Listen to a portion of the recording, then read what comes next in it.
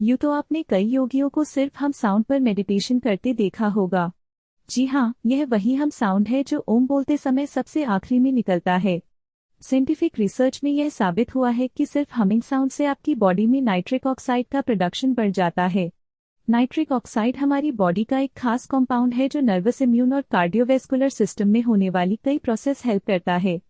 200 जरा सोचिए, यह बात हमारे सनातन धर्म में करीब 15,000 साल पहले से चली आ रही है और कई तो यह बताते हैं कि लाखों सालों से चली आ रही है।